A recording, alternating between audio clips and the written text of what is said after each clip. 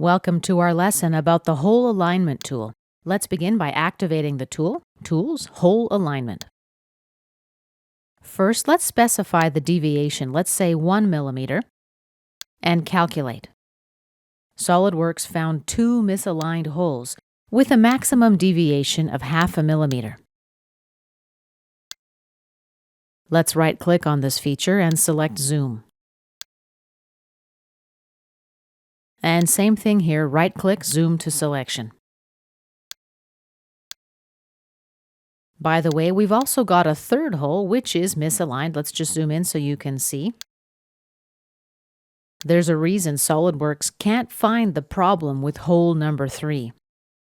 As you see, the one hole that SolidWorks was able to locate was created using the Hole Wizard.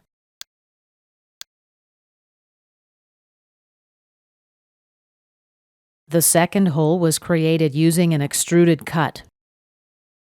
Let's cancel out of the Hole Alignment tool now.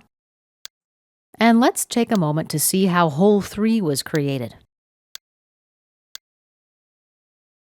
As you can see, it was part of Boss Extrude 1. In other words, it's simply a region.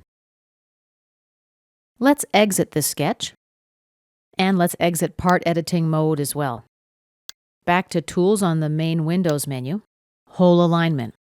Let's change the deviation value this time. Let's enter 0.3 millimeters. Press Calculate. This time, SolidWorks didn't find any problems. And that's because SolidWorks is looking for a misalignment value of 0.3 millimeters.